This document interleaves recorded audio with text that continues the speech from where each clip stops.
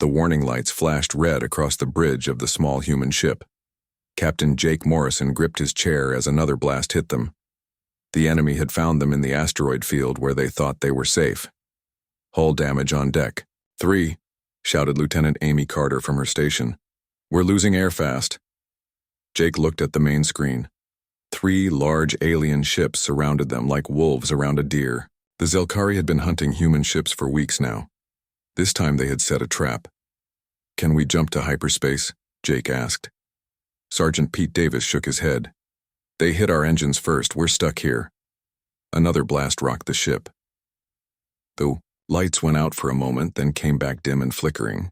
Jake knew they had maybe minutes before the ship broke apart completely. Send the emergency signal, he ordered Amy. Make sure Earth knows what happened here. Amy's fingers moved fast over her controls. The beacon launched just as the Zelkari ships moved in closer. Green beams shot from their weapons and hit the human ship's remaining systems. Everything went dark. The next thing Jake knew, he was waking up in a metal room. His head hurt and blood ran down his face from a cut above his eye. Heavy chains held his arms and legs to a cold metal chair. The room was small and gray with no windows. One door led out, but it was sealed tight. He tried to move, but the chains were too strong. His uniform was torn and dirty. He could taste blood in his mouth, but he was alive, which meant the aliens wanted something from him. The door opened with a hiss. A tall alien walked in. It looked like a lizard that had learned to walk on 2 legs. Its skin was green and covered in scales. 4 arms hung from its body, each ending in sharp claws. Yellow eyes stared at Jake without blinking. You are awake, human, the alien said. Its voice came from a small box on its chest that turned its words into English. I am Commander Vextar of the Zelkari fleet. Jake spat blood on the floor. Great. Another ugly lizard who thinks he's important. Vextar's eyes narrowed. Your species has caused much trouble for the Galactic Coalition. Your ships attack our trade routes. Your colonies refuse to pay taxes. Today, this stops. Good. Luck with that, Jake said. He tried to sound brave even though he was scared. Humans don't give up easy. The alien commander walked around Jake's chair in a slow circle. Every species says that at first. The proud Altarians said it. The warrior clans of Nexus Prime said it. They all broke in the end. You will too. Vextar pointed at the door with one of his 4 arms. 2 more aliens came in pushing a cart full of strange machines. The devices hummed with power and glowed, with different colored lights. Jake had never seen anything like them, but he knew they were not good news. These are our best tools for getting information, Vextar explained. Painmakers, mind readers, fear builders. They work on every thinking species in the galaxy. One of the other aliens plugged in a machine that looked like a metal spider with too many legs. It moved toward Jake on its own, making clicking sounds as it walked across the floor. Where are Earth's main battle fleets? Vextar asked. How many ships do you have? What are your defense plans? Jake looked the alien commander right in the eyes. I'll tell you the same thing I'd tell any other space cockroach. Go to hell. Vextar made a sound that might have been laughter. We will. Start simple. This device reads brainwaves. It will show us your memories whether you want to share them or not. The spider machine climbed up Jake's leg and onto his chest. Metal needles came out of its body and pressed against his head. Pain shot through his skull like lightning. His vision went white for a moment. But instead of breaking down, Jake started thinking about home. He remembered his old dog Rex chasing balls in the backyard. He thought about his mother's cooking and the smell of fresh bread. He pictured baseball, games on summer afternoons, and the sound of kids laughing at the park. The machine made angry beeping sounds. Vextar looked confused. Why is it not working? This device has never failed before. Jake smiled through the pain. Maybe your machine doesn't work on humans. The alien commander's face showed anger. He grabbed a different device from the cart. This one looked like a gun that shot blue light instead of bullets. This will cause pain like you have never felt. It breaks bones without touching them, makes every nerve in your body scream. He pointed the weapon at Jake and pulled the trigger. Blue light hit Jake's chest and spread through his whole body. It felt like being hit by lightning and burned by fire at the same time. Jake's muscles locked up and he could not breathe. But he did not scream. He bit down hard and kept quiet. After 30 seconds, the pain stopped. Jake looked up at Vextar and grinned. "Is that all you got?" The alien commander stepped back. In all his years of questioning prisoners, no one had smiled after the pain beam. Most species begged for mercy within seconds. This human acted like it was just a mild inconvenience. "Increase the power," Vextar ordered. The second blast lasted a full minute. Jake's vision went black and he could taste blood again. His heart felt like it might stop, but when it ended, he was still conscious and still defiant. "You really need better toys," Jake said. His voice was rough but steady. "My drill sergeant in basic training hit harder than that." Vextar stared at the human prisoner. This was not going as planned. The Coalition's interrogation methods had worked on hundreds of different species. They had broken the strongest warriors and the smartest scientists, but this one human was acting like their most advanced torture devices were just annoying. The commander looked at his assistants. They seemed worried too. None of them had ever seen anything like this before. The human should be broken by now. Instead, he was making jokes. "Bring the neural scrambler," Vextar ordered. "If pain will not work, we will destroy his mind piece by piece." As the aliens prepared their next device, Jake closed his eyes and thought about Amy and Pete. He hoped they were still alive somewhere on this ship. He would not give these lizards any information that might help them hurt more humans. No matter what they did to him, he would not break. The real interrogation was just beginning. 6 hours passed before Vextar finally stopped the neural scrambler. The machine was designed to turn a person's brain into soup. It had worked perfectly on every other species they had tested it on. The Catharians went insane within minutes. The Altarians became vegetables after an hour. But Jake Morrison was still sitting in his chair, still conscious, still refusing to talk. The machine had done nothing except give him a headache. "This is impossible," said Dr. Kixenal, the ship's chief medical officer. The thin alien had been monitoring Jake's vital signs during the torture. His brain patterns show stress but no breakdown, no madness. How is this possible? Vextar's 4 hands made fists. "Bring the other 2 prisoners. Maybe watching his crew suffer will change his mind." 2 guards dragged in Lieutenant Amy Carter and Sergeant Pete Davis. Both humans looked beaten up but alert. Amy had a black eye and torn uniform. Pete's lip was split and bleeding. But like their captain, neither one looked defeated. The aliens chained Amy and Pete to chairs next to Jake. The 3 humans exchanged looks but said nothing. They did not need words to understand each other. "Now we try a different approach," Vextar announced. "You will watch your friends suffer. Every question you refuse to answer will bring them more pain." Jake's jaw tightened. This was exactly what he had feared. He could handle his own torture, but watching his crew get hurt was much harder. Vextar activated a sonic weapon and pointed it at Amy. "Where are Earth's military bases in the outer colonies?" "I don't know," Jake lied. The weapon fired. Sound waves hit Amy like invisible hammers.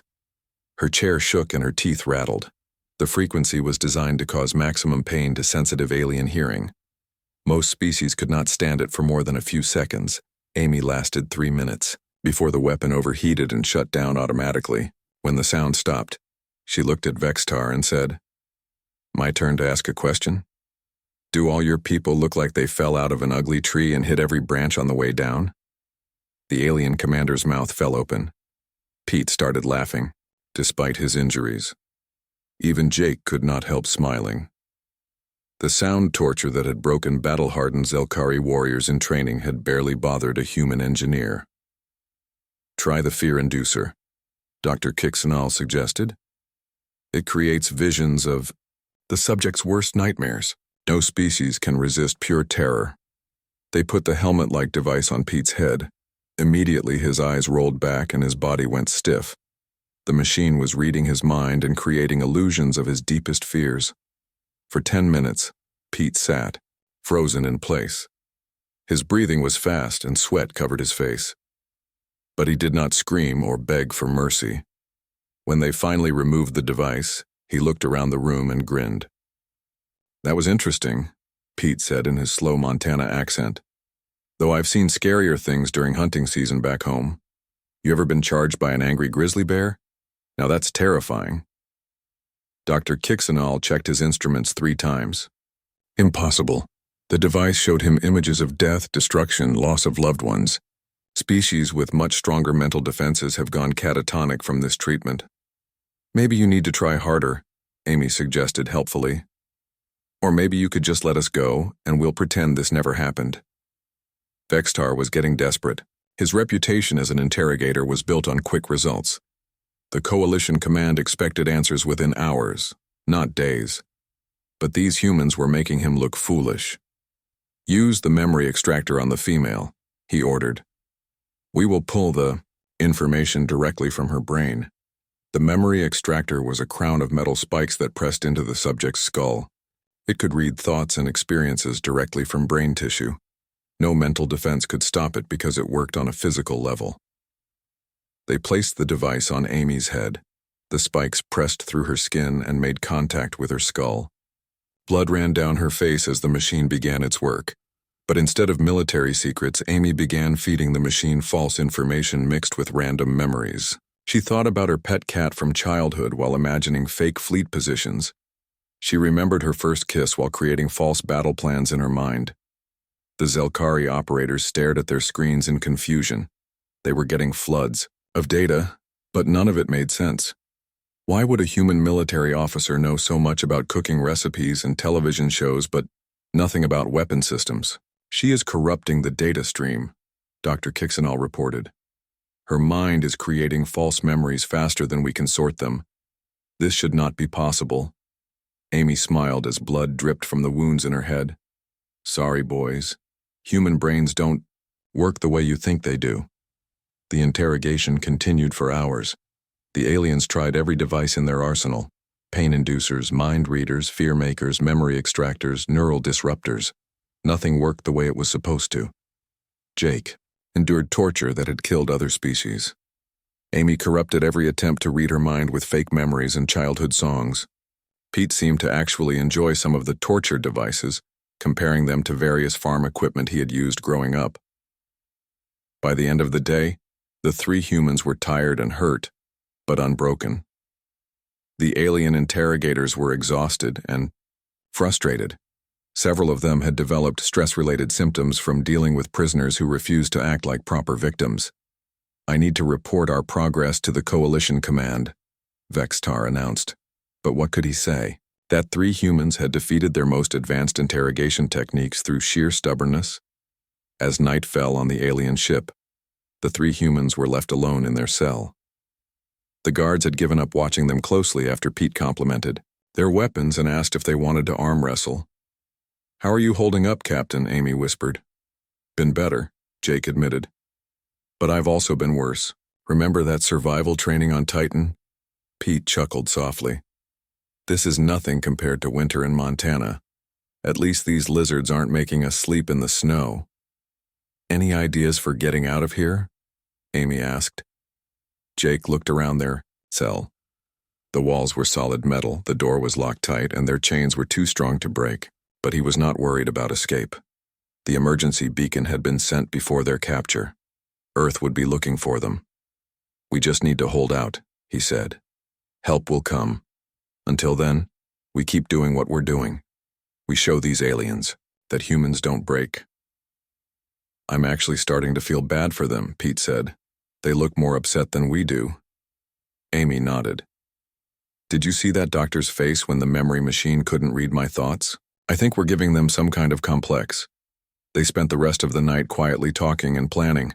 Outside their cell, alien guards paced nervously. Word was spreading through the ship about the impossible human prisoners. Some crew members were beginning to wonder if capturing humans had been a mistake. In his private quarters, Commander Vexitar stared at his reports. 3 humans had resisted 12 hours of intensive interrogation without breaking. They had turned his torture chamber into some kind of game. Worse, they seemed to be getting stronger instead of weaker. He had interrogated thousands of prisoners from hundreds of species.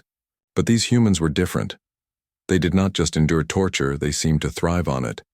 Their resistance was not just mental, it was cultural.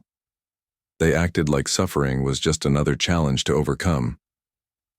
For the first time in his career, Vextar was beginning to doubt himself.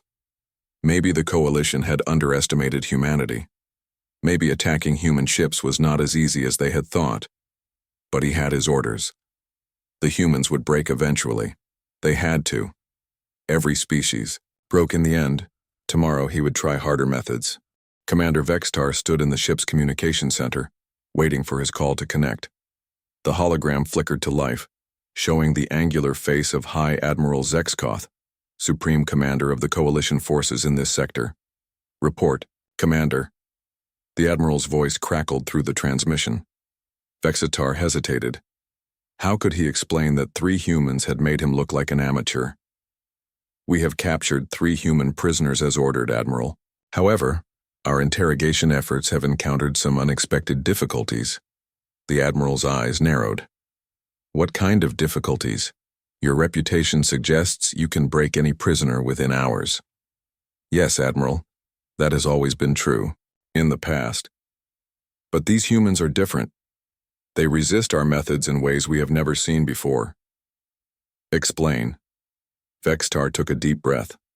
The neural scrambler had no effect. The pain inducers make them laugh. The fear machine does not frighten them. The memory extractor cannot read their thoughts properly. After 18 hours of intensive interrogation, they have revealed nothing. There was a long silence. Then the Admiral spoke in a dangerous voice. Are you telling me that 3 primitive humans have defeated the Coalition's most advanced interrogation technology? I am requesting additional resources, Admiral. Perhaps a specialist in human psychology. You will have one within 6 hours. Dr. Zalthex is being diverted from his current assignment. He has broken every type of mind in the galaxy. If anyone can crack these humans, it is him. The transmission ended, leaving Vextar alone with his shame. He had built his career on being the Coalition's best interrogator. Now 3 humans were destroying his reputation. Dr. Zalthex arrived exactly 6 hours later. He was a Nexari, an insect species known for their advanced understanding of psychology. His compound eyes could see in multiple spectrums, allowing him to read body language and emotional states that other species missed. Show me the prisoners, he clicked in his translated voice. Vextar led him to the detention area. The 3 humans were sitting in their chairs, talking quietly among themselves. When they saw the newcomers, Jake looked up with mild interest. More visitors, he said. Let me guess, you're the specialist they called in because the regular guys couldn't get the job done. Dr. Zalthex studied Jake carefully. His compound eyes shifted colors as they analyzed the human's emotional state. Interesting. You show stress markers, but also confidence and determination. Most prisoners at this stage display only fear and despair. Most prisoners probably aren't human, Amy pointed out. The Nexari doctor walked around all 3 prisoners, examining them from every angle. His instruments beeped and chirped as they recorded data. Your species is fascinating, he said finally. Your brain patterns are unlike anything in our databases. You process pain and fear differently than other sentient beings. Is that your professional opinion, Doc? Pete asked. Or are you just making conversation? Dr. Zalthex ignored the comment and began setting up his equipment. His devices were more advanced than anything Vextar had used. Complex machines that could map neural pathways and manipulate brain chemistry directly. We will start with deep memory extraction, the doctor announced. This will allow me to access experiences from your earliest childhood. No conscious mind can protect memories that deep. He placed a helmet covered in wires on Jake's head. The machine hummed to life and began probing deep into his brain, searching for core memories that could be used as psychological leverage. But instead of traumatic experiences or hidden fears, the machine found something unexpected. Jake's earliest memories were filled with love, support, and encouragement. Parents who told him he could accomplish anything. teachers who believed in him, friends who stood by him through difficult times. "This is strange," Dr. Zalthex muttered, reading his instruments. "Your formative experiences should contain vulnerability points we can exploit. Instead, I find only positive reinforcement and emotional strength." Jake smiled. "Sorry to disappoint you. I had a pretty good childhood." The doctor tried a different approach. He used a device that could simulate the loss of everything a person cared about. It created false but convincing experiences of destruction and death, designed to break a subject's will to resist. For 2 hours, Jake experienced visions of Earth burning, his friends dying, and humanity facing extinction. But instead of breaking down, he used the false visions to strengthen his resolve. "None of this is real," he said when the machine stopped. "And even if it was, giving you information wouldn't change anything. So why would I cooperate?" Dr. Zalthex was beginning to look frustrated. He moved to Amy and tried a different technique. This machine could induce artificial guilt and shame, making subjects believe they were responsible for terrible things. Amy sat through an hour of induced guilt over fake war crimes and imaginary betrayals. When it ended, she looked at the doctor with pity. "That was really unpleasant," she said. "But you made a basic mistake. You assumed humans carry guilt the way your species does. We're pretty good at forgiving ourselves when we know we haven't actually done anything wrong." The doctor's compound eyes shifted to a darker color, indicating stress. He had never encountered subjects who could consciously separate artificial experiences from reality so effectively. For Pete, he tried a combination approach. Physical pain mixed with psychological pressure, designed to overwhelm the subject's ability to resist. The machine attacked Pete's mind while pain inducers worked on his body. Pete endured 3 hours of the combined assault. When it ended, he looked almost relaxed. "You know what that reminded me of?" he said conversationally. "Branding cattle in a lightning storm. Same kind of multiple challenges happening at once. The trick is to focus on one thing at a time, instead of trying to handle everything together." Dr. Zalthex stepped back from his equipment. In 30 years of psychological warfare, he had never seen anything like this. These humans were not just resistant to torture, they were learning from it. They were adapting and becoming stronger. "Commander Vexitar," he said quietly, "I need to review our files on human psychology. These subjects are not responding as our models predict." For the next several hours, the doctor studied everything the Coalition knew about humanity. The data was limited, since humans were a relatively new species on the galactic stage. But what he found troubled him. Humans had evolved on a world that was constantly trying to kill them. Weather disasters, predators, diseases, environmental changes. They had survived by becoming incredibly adaptable and resilient. Their entire culture was built around overcoming impossible odds. More troubling, humans seemed to draw strength from shared suffering. When one human was hurt, the others became more determined. Their social bonds actually grew stronger under pressure instead of weaker. "This is a problem," Dr. Zalthex reported to Vextar. "Our interrogation methods are designed for species that break under pressure, but humans appear to be forged by pressure. We may be making them stronger instead of weaker." Vextar did not want to hear this. There must be some way to break them. Every species has a weakness. "Perhaps," the doctor agreed. "But I suspect their weakness is not individual. It may be species-wide. To truly break a human, we might need to threaten all of humanity, and even then, I am not certain it would work." That night, the 3 humans were left alone again, but now they were no longer the only ones suffering. The alien crew was showing signs of stress from dealing with unbreakable prisoners. Several guards had requested transfers. The ship's psychologist was working overtime treating anxiety disorders. "I think we're winning," Amy whispered to her companions. Jake nodded. "They're getting more desperate. That's usually a good sign." Pete looked around their cell thoughtfully. "You know what's funny? I think they're more miserable than we are. Maybe that's the real human advantage. We're just better at being miserable." Outside their cell, Dr. Zalthex was preparing his final report. 3 days of advanced psychological torture had failed completely. The human prisoners were not broken. If anything, they seemed to be enjoying themselves. He was beginning to suspect that capturing humans was a serious mistake, but it was too late to change course now. The Coalition Command expected results and he had none to give them. Tomorrow he would try more extreme measures. But privately, he was starting to doubt they would work. These humans were unlike anything he had ever encountered. They might be truly unbreakable.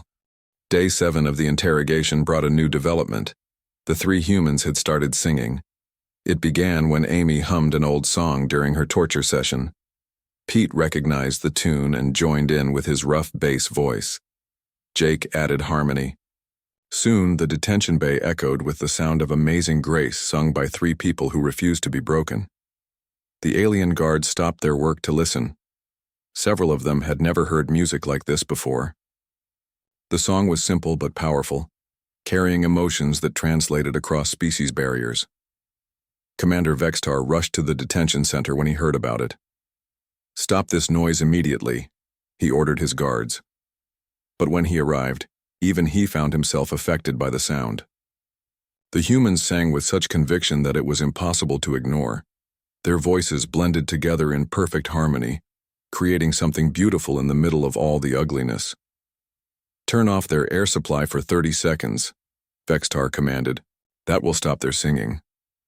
The guards cut the airflow to the cell. The humans stopped singing but continued to mouth the words silently. When the air came back on, they immediately resumed where they had left off. Dr. Zalthex watched this scene with growing alarm. In all his studies of prisoner psychology, he had never seen captives who could turn their suffering into art. It suggested a level of mental strength that his instruments could not measure. "They are not just resisting us," he reported to Vextar. "They are transforming their experience, making something positive from something negative. This is beyond normal psychological defense mechanisms." The singing continued throughout the day. The humans had apparently memorized dozens of songs and were working their way through their entire catalog. They sang hymns, folk songs, popular music, and even children's lullabies. The effect on the alien crew was noticeable. Guards began lingering near the detention area during their off-duty hours. Some reported feeling strange emotions they could not identify. The ship's counselor logged 17 requests for psychological evaluation in a single day. "This is psychological warfare," Dr. Zalthex realized. "But they are not attacking us directly. They are simply being themselves, and somehow that is more effective than any weapon." By the 8th day, the situation had become critical. 3 more interrogation specialists had requested transfers off the ship. The crew was showing signs of collective stress disorder. Productivity was down across all departments. The humans, meanwhile, had turned their imprisonment into a form of entertainment. Between torture sessions, they told stories about Earth, shared memories from their childhoods, and created elaborate mental games to pass the time. "Yesterday's neural probe gets a 4 out of 10, Jake announced after one session. Points for creativity, but it lacked the intensity of Tuesday's memory scrambler. Amy nodded seriously. "I agree. The aliens seem to be losing their edge. Maybe they need more practice." Pete looked thoughtful. "Back home we had a saying about breaking horses. The harder you push, the harder they push back. Maybe these lizards never learned that lesson." Their casual discussions of torture techniques were overheard by the guards and passed along to the command staff. The idea that prisoners were rating their torture sessions like entertainment was deeply disturbing to the alien mindset. Dr. Zalthex made a disturbing discovery when he reviewed the ship's psychological profiles. The alien crew members who spent the most time around the human prisoners were showing improved morale and reduced anxiety levels. Somehow, exposure to unbreakable human spirits was having a positive effect on alien mental health. "This makes no sense," he reported to Vextar. "The humans should be demoralizing our crew through their suffering. Instead, they are inspiring them through their strength." Vexatar was reaching his breaking point. The Coalition Command sent daily requests for information. His crew was falling apart, and the 3 human prisoners seemed to be getting stronger every day. The final straw came when the humans began teaching their guards games during shift changes. Pete had somehow convinced a young Zelkari guard to try arm wrestling. Amy was explaining the rules of poker to anyone who would listen. Jake had started a philosophical discussion with one of the technicians about the nature of courage. "They are converting our crew," Dr. Zalthex observed. "Not to their cause, but to their way of thinking. They are showing our people that it is possible to find strength in difficult situations." That night, Vextar called another emergency meeting with High Admiral Zexkoth. The hologram flickered to life, showing the Admiral's impatient face. "What is your status, Commander? My reports suggest you have made no progress in 8 days." Vextar struggled to find the right words. "Admiral, I must recommend that we eliminate the prisoners immediately. They are having a negative effect on crew morale." "Negative effect? How can 3 chained prisoners affect an entire ship?" "They refuse to break, Admiral. Our crew is beginning to doubt the effectiveness of our methods. Some are questioning whether torture is the right approach to interrogation." The Admiral's face darkened. "Are you telling me that 3 humans have undermined the psychological conditioning of your entire crew?" "They have not done anything directly, Admiral. They simply exist. They show our people that it is possible to maintain hope and dignity under any circumstances. This is a dangerous message for coalition forces to hear." There was a long silence. Finally, the Admiral spoke. "Dr. Zalthex is the best mindbreaker in the coalition.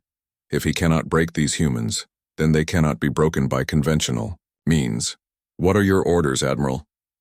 "Execute them immediately. No witnesses. Delete all records of this interrogation. I do not want word of this failure to spread through the coalition." But as Vextar prepared to carry out the execution order, alarms began blaring throughout the ship. The bridge reported multiple contacts dropping out of hyperspace nearby. Human ships. A lot of them. Captain Lisa Hayes of the USS Liberty studied the tactical display with satisfaction. 12 human vessels surrounded the lone Zelkari cruiser like hunters cornering their prey. The emergency beacon from Jake's ship had led them straight here. "This is Captain Hayes of the United Earth Navy," she broadcast on all frequencies. "You have 30 seconds to release our people before we demonstrate why interrogating humans is considered a fatal mistake." Aboard the Zelkari ship, Vextar stared at his tactical screen in disbelief. Where had all these human ships come from? How had they found his location so quickly? Dr. Zalthex had the answer. Their beacon technology is more advanced than we realized, and their response time suggests a level of coordination that exceeds our intelligence estimates. More importantly, the human fleet was not just here for rescue. They had come prepared for war. Their ships were armed with weapons the Coalition had never seen before. Energy signatures that did not match anything in the alien databases. "Sir," his communications officer reported, "we are receiving surrender demands in 17 different languages. They want all Coalition forces in this sector to stand down immediately." Vexitar realized that capturing 3 humans had somehow triggered a much larger conflict. What had started as a simple interrogation mission was now a full-scale diplomatic incident. In the detention center, the 3 human prisoners heard the alarms and smiled at each other. "Sounds like the cavalry has arrived," Jake said. Amy nodded. "Right on time. I was starting to get bored with the local entertainment." Pete looked toward the door expectantly. "Wonder if they'll let us help with the rescue operation. I'd like to have a word with our hosts about their hospitality." The interrogation was over, but the consequences of underestimating human determination were just beginning. The human boarding parties moved through the Zelkari ship like a flood of righteous anger. They had come expecting to find 3 broken prisoners. Instead, they found 3 humans who greeted their rescuers with jokes and complaints about the food. "About time you showed up," Jake said as Marine Lieutenant Danny Rodriguez cut through his chains. "We were starting to think you guys got lost." Rodriguez stared at his captain in amazement. After 8 days of alien torture, Jake Morrison looked tired and beaten but unbroken. His uniform was torn and bloody, but his eyes were clear and determined. "Sir, are you okay? Did they hurt you badly?" Jake stood up and stretched his sore muscles. "Nothing a hot shower and a decent meal won't fix. though I have to say, their interrogation techniques need work. Amy here gave them better reviews than I did. Amy Carter was already on her feet, helping the Marines secure the detention area. Captain Hayes is going to want a full debriefing, she told Jake. Wait until she hears about their singing program. These aliens have no ear for music at all. Pete Davis was examining one of the alien torture devices with professional interest. You know, with a few modifications, this pain beam thing might make a decent cattle prod, though it's probably illegal in most states. The Marines looked at each other in confusion. These prisoners were acting like they had just finished a difficult but interesting vacation, instead of surviving advanced alien torture. Captain Lisa Hayes arrived an hour later to oversee the prisoner transfer. She found Jake Morrison sitting in the alien medical bay, getting his wounds treated while chatting with the ship's doctor about comparative alien anatomy. Jake, what the hell happened here? Lisa demanded. We tracked your emergency beacon for 3 days, expecting to find a disaster zone. Instead, we find you giving the aliens therapy sessions. Jake grinned at his old friend. Turns out humans are harder to break than the Coalition expected. Who knew? Dr. Zalthex was brought before the human command staff for questioning. The insect doctor seemed nervous but curious about his captors. I must admit, he clicked through his translator, your species is the most fascinating I have ever encountered. In 30 years of psychological warfare, I have never seen anything like your resistance to interrogation. Captain Hayes leaned forward in her chair. What exactly did you do to our people? Everything we knew how to do, the doctor replied honestly. Pain inducers, fear generators, memory extractors, neural scramblers, methods that have broken every other species in the galaxy. Your people not only resisted, they seemed to grow stronger. Amy stepped forward. It's not that complicated, Doc. Humans have been dealing with bad situations for thousands of years. We're pretty good at it by now. Dr. Zalthex studied her with his compound eyes. But it is more than simple endurance. You transformed your suffering into something else. Music, humor, companionship. You made beauty from ugliness. This is not a survival mechanism we have seen before. Pete nodded. My grandfather used to say that tough times don't last, but tough people do. Guess he was right. The interrogation of the Zelkari crew revealed something important. The aliens had been studying human resistance to torture for months, trying to understand why their techniques failed so badly against Earth forces. Their files contained detailed psychological profiles of human resilience. This is valuable intelligence, Captain Hayes realized. They've been testing our people, trying to find weaknesses, but instead of weaknesses, they found strengths. Jake looked through the alien data files with growing interest. Lisa, you need to see this. They've documented every aspect of human psychological resistance. This isn't just about us. They're trying to figure out how to break all of humanity. The files were transmitted immediately to Earth Command and to the other human colonies. Within hours, the information was being analyzed by the best military psychologists in human space. What they found was remarkable. The Coalition had identified human psychological traits that even humans didn't fully understand about themselves. The ability to find meaning in suffering, the tendency to grow stronger under pressure, the way human communities bonded together when threatened. They've written the book on human resilience, reported Dr. Karen Walsh, Earth's chief military psychologist. And they've proven that our greatest weakness is actually our greatest strength. But the intelligence files revealed something else. The Coalition was sharing this information with other hostile alien species. They were trying to create a galaxy-wide strategy for dealing with human expansion. Admiral Frank Coleman, commander of Earth's Space Forces, called an emergency meeting of the Planetary Defense Council. This changes everything, he announced. The aliens aren't just fighting us ship to ship. They're trying to wage psychological warfare against our entire species. And they're failing badly. The captured Zelkari ship was converted into a mobile intelligence center. Teams of human experts studied every piece of alien technology and every byte of data in their computers. Jake Morrison was promoted to admiral and given command of the new Psychological Warfare Division. His job was to turn the lessons of his captivity into weapons against coalition forces. "We've learned something important," he told his new staff. "Humans don't just survive torture, we turn it into strength. The aliens have given us a blueprint for our own psychological superiority." Amy Carter became head of the Counterintelligence Division, specializing in protecting human prisoners from alien interrogation. Her experience with mental defense techniques was invaluable for training other personnel. Pete Davis founded the Survival Training Academy, teaching humans and allied species how to resist capture and interrogation. His Montana practical wisdom became the foundation for a new military discipline. But the most important discovery was hidden deep in the alien files. The Coalition had tested their interrogation methods on 17 different species. Humans were the first to resist successfully. "This isn't just about us," Jake realized during a strategy meeting. "Every species the Coalition has conquered was broken by these same techniques. We're the first ones to prove it's possible to resist." The information spread through underground networks to oppressed species across the galaxy. The story of 3 humans who sang hymns while being tortured became a symbol of hope for resistance movements everywhere. Within 6 months, 12 different alien species had joined the human-led alliance against the Coalition. They had all heard about the interrogation that backfired, and they wanted to learn human techniques for psychological resistance. The war continued, but the balance had shifted. The Coalition discovered that while they could still win battles, they could no longer break the spirit of their enemies.